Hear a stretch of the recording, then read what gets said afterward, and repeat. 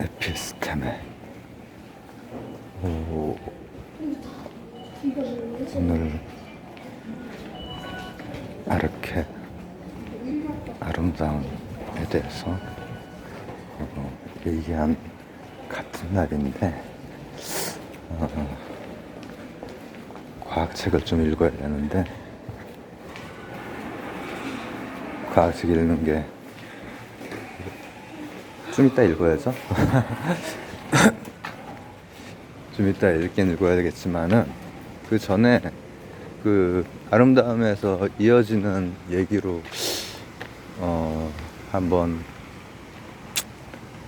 얘기를 나눠볼 게 있습니다.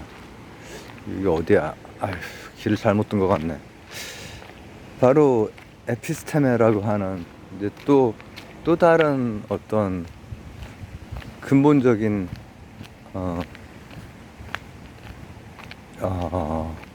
인간의 사유이고, 아름다움에서 제가 못다한 그 얘기를 그냥 생각날 때 많이 이렇게 기록으로 남겨놓으려고 합니다. 그래서 이제 알림 안 가는 시간에 이렇게 올라갈 거기 때문에 필요하신 분들 이렇게 들으시면 되겠죠. 빗사이로 막가. 자, 근데 이거 어디지? 어떻게 나가면 좋을까? 일단 에피스테메라고 하는 이 제목 때문에 클릭을 하셨다면은 아마도 미셸 푸코를 생각하시고 클릭하셨을지 모르겠는데 그거 아닙니다. 그거 아니고 아까 아름다움 얘기를 좀 했는데 이제 철학에서 이제 어떤 아름다움 그 가치에 관련된 그런 가치론이라고 크게 세 개의 영역 중에서 그런 가치론이 있을 것이고, 또 이 인식론이 이제 에피스테메와 관련이 된 거죠. 그 다음에 이제 존재론이 있을 것이고, 데모크리토스가 막 원자를 찾는다든지 원소를 막 찾는다든지 하는 그런 게 있을 것이고. 근데 그렇게 크게 세 개를 나누지만은 저는 그 세 개가 이제 뭐 분리되어 있는 거라고 생각을 안 하죠. 아마 대부분의 이 철학 하시는 분들도 그럴 거고, 관심이 있으신 분들도 그렇게 생각을 안 하셔야 될 텐데 왜냐, 그게 분리되는 순간 철학이라고 하는 게 뭐 전체적인 사람의 그 사유 활동 이거를 말하는 거잖아요. 이 진실을 볼 수 있고 또 어떻게 하면 더 나아질 수 있고 하는 그런 거기 때문에 그게 다 분과돼서 이제 다 나온 거죠. 뭐 물리학으로도 나오고 경제학으로도 나오고 나온 건데, 이 인식이라고 하는 것이 과연 어떤 거냐. 도서관에서 이제 좀 책도 조금 읽고, 그리고 그 백과사전도 찾아봤더니만은 그거래요. 지식 혹은 과학을 의미하는 말이라고 나와요. 에피스테메. 그리고 나서 이제 뭐 당연히 미셸 푸코의 얘기가 나오고 하는데, 뭐 미셸 푸코 얘기는 뭐 전에도 했었고 나중에 기회가 되면 또 하고요. 그 여러 어원들에는 되게 지층들이 많이 쌓여 있어요. 아르케라고 하는 것만 해도 지금 우리가 원질 이런 의미로도 이렇게 하지만은 거기에 쌓여 있는 시원 이런 의미로 빅뱅도 했습니다. 요한복음의 태초가 아르케거든요. 근데 에피스테메도 여러 지층들이 쌓여 있어서 그 지층 중에 하나가 뭔지 아십니까?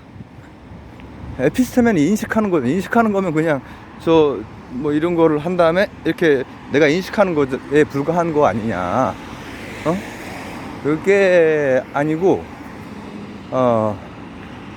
에피스테메라고 하는 그 말에는 그 인식할 수 있는 변화, 실천, 이런 지층도 같이 들어가 있어요.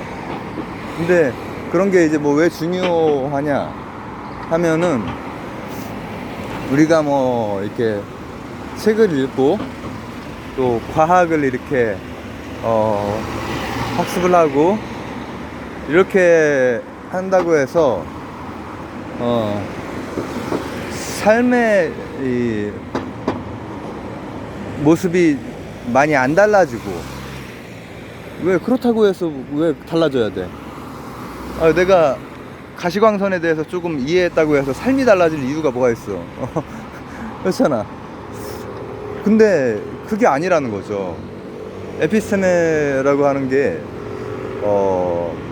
사람의 인식이라고 하는 것을 보통 철학에서 우리가 쉽게 생각하면 칸트의 순수 이성 비판 같은 그런 게 바로 인식론을 다루는 거예요. 에피스테메를. 그리고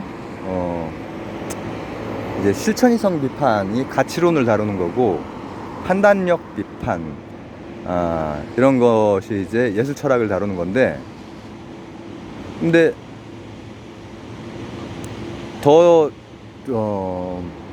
보편적으로 이제 세 큰 영역을 나누면은 인식론, 존재론, 가치론 이렇게 이제 돼요.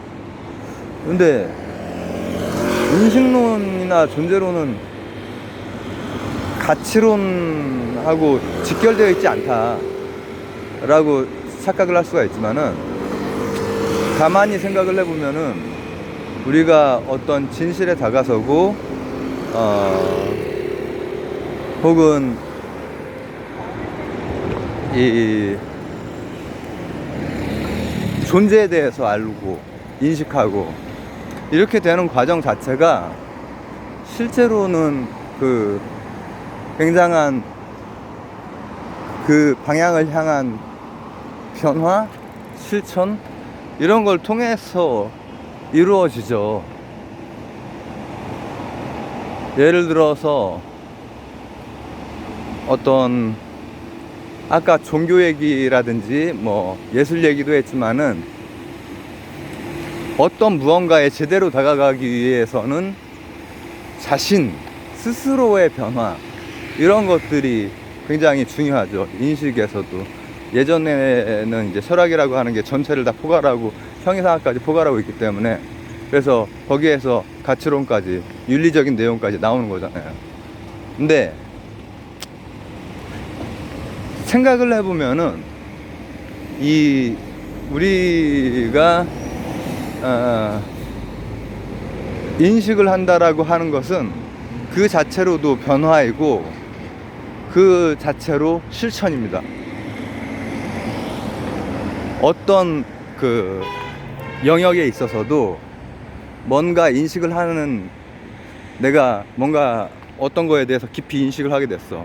그럼 내가 이미 그만큼 변화되어 있는 거야. 그리고 또 근대에 와서 굉장히 크게 바뀐 것 중에 하나가 철학의 주체라고 하는 것이 구조주의적으로 바뀌면서 실천하는 주체로 바뀌는,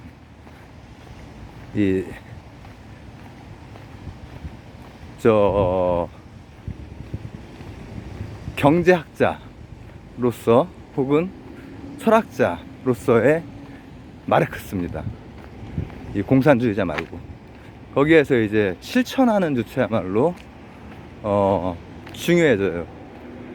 그렇기 때문에 이제 인식론이라고 하는 것이 우리가 무언가를 바르게 인식하고 한다는 것이 가치에 영향을 주고, 그 가치에 영향을 주는 것은 실천하는 주체로서 그 가치에 맞는 그